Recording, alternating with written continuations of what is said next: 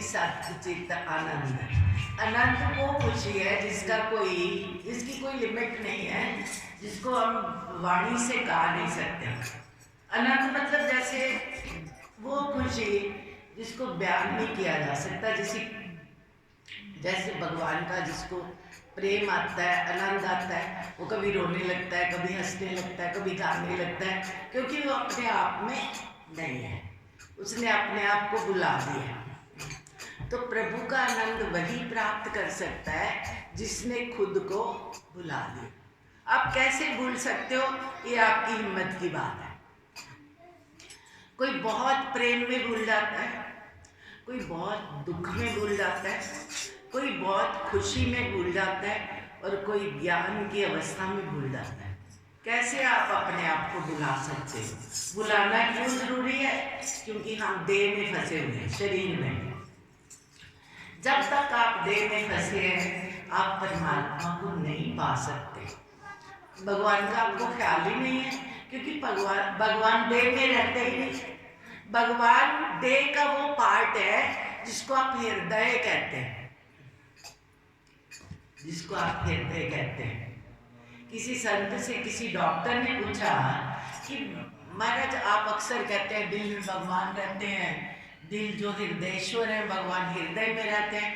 मैंने तो 50 ऑपरेशन कर दिए हार्ट के, कहीं भगवान निकला नहीं। कहते अगर ऑपरेशन करने से भगवान निकल आते ना, फिर तो सारे लोग ऑपरेशन ही करवा लेते, आसान तरीका था। ऐसे भगवान नहीं मिलते। हृदय किसका नाम है? जहाँ पे आपके पास बुद्धि है, एक आपके पास हृदय है। और दो ही तरह के लोग होते हैं, कुछ हृदय प्रधान होते हैं, कुछ बुद्धि प्रधान होते हैं। जो बुद्धि प्रधान होते हैं वो तो क्रिटिक होते हैं, क्रिटिसाइज करते रहते हैं। एक बात सुनी, उसकी बाल की खाल उतारते रहते हैं, ये कैसे हो गया, वो कैसे हो गया, ऐसा नहीं होता, वैसा नहीं होता। वो बस अपने दिमाग को क्रिटिसिज्म में लगा के रखते हैं। एक होते हैं हृदय प्रधान, जिनमें ये भक्त लोग आते हैं, मीराबाई आती है, जिसमें कबीर आते हैं, जिसमें जितने भी भक्त हुए सब आते हैं, शबरी आती है, रविदास जी आते हैं, संत महात्मा जितने महान पुरुष हुए वो सब हृदय प्रधान लोग थे। और हृदय भगवान का सिंहासन है, भगवान हृदय में विराजमान है पर जिसकी नॉलेज में है, सब में, कोई माने कोई नहीं माने, भगवान हर हाल में, हर हृदय में विराजमान। वो है तो हम हैं। हमारी एग्जिस्टेंस क्यों है, हम क्यों जिंदा हैं? क्योंकि हमारे अंदर भगवान है। और जब भगवान ने इस देह को छोड़ा तो बाकी क्या बचा? कोई छूता भी नहीं है उसको। जब किसी का शरीर छूट जाता है तो लोग कहते हैं देखो भाई, या तो नहाना पड़ेगा, आजकल तो मुझे नहीं पता, पर ये रवायत तो यही है कि जो मुर्दे को स्पर्श करता है वो नहाता है, क्योंकि उसमें भगवान नहीं, भगवान ने उसको छोड़ दिया। तो हम चलते फिरते, ये सारी सृष्टि जितनी नजर आ रही है, ये चलते फिरते भगवान है। और नजर किसको आते हैं? जिसने अपने भगवान देखे, जिसने अपने हृदय में भगवान जी को देखा है, उसको सब में भगवान नजर आता है।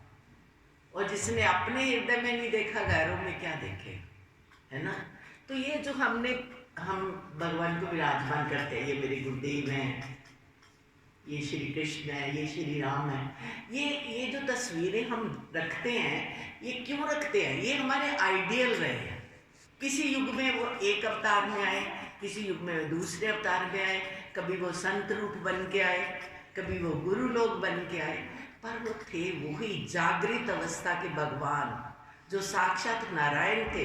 उसने रूप बदले, कभी राम हो गया, कभी कृष्ण हो गया, कभी बाबा नानक हो गया, कभी गुरु गोविंद सिंह जी हो गए, पर वो थे उसी परम सत्ता से प्रकट हुए थे वो एक ही चीज। हम तो इतने, हमारी तो बुद्धि इतनी भी विकसित नहीं, हम तो भगवान को भी बांट लेते हैं, ये तेरा भगवान, ये मेरा भगवान। और फिर हम कहते भगवान एक है, एक।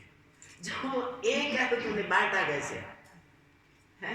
इसका मतलब सभी धर्म उसको मिलने के साधन है, पर वो एक है ना?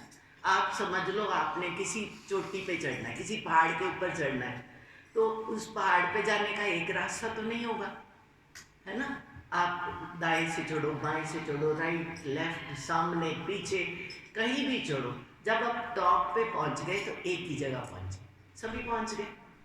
तो इसी तरह जितने हमारे धर्म हैं, मजहब हैं, मत हैं, मतांतर हैं, ये प्रभु को मिलने के साधन हैं। और जब आप ये भी ना सोचो कि कैसे मिलेगा वो, कभी मैं बैठी होंगी और वो आके मुझे मिल जाएगा, ऐसा नहीं होगा। आपके हृदय में ही वो प्रकट हो जाएगा। प्रकट कौन होगा? जिसको आप मानते हैं, क्योंकि उसमें तो ताकत है। वो तो हर रूप में प्रकट हो सकता है, क्योंकि वो सर्वशक्तिमान है। वो तो सारी सृष्टि का रचयिता है, सारी सृष्टि का मालिक है। वो तो हर रूप में प्रकट हो सकता है। तो वो जिस रूप में आप उसकी उपासना करते हैं, भक्तों में बुत बन जाता है। अगर है तो इतनी हस्ती है, उसकी इतनी ताकत है, तो जिस रूप में याद करे वो आ जाता है ना। मीराबाई की आपने इतनी स्तुतियाँ सुनी, उनकी कथाएं सुनी, और वो छोटी मोटी नहीं थी, वो महाराजा की बेटी थी और राजाओं की बहू थी। वो छोटा सा बंदा, थोड़े से पैसे आते हैं तो गरूर आ जाता है। वो इतनी बड़ी महारानी, राजाओं की बेटी, राजाओं की बहू, और जब उसको श्री कृष्ण ने अपना लिया, कृपा कर दी कृष्ण ने, तो ठाकुर प्रकट हो गए उसके हृदय में। अब उसको मस्ती आती है, मजा आता है, तो वो नाचती है। नाचती है कि सारी रात नाचती है। दूर दराज से राजस्थान की तरफ लोग जाने लगे कि मेवाड़ में एक महारानी है मीरा, वो नाचती है, और सारी सारी रात नाचती है कि सारा पंडाल नाचने लगता है। जितने सुनने वाले साधु संत महात्मा राजे सब नाचने लगते हैं।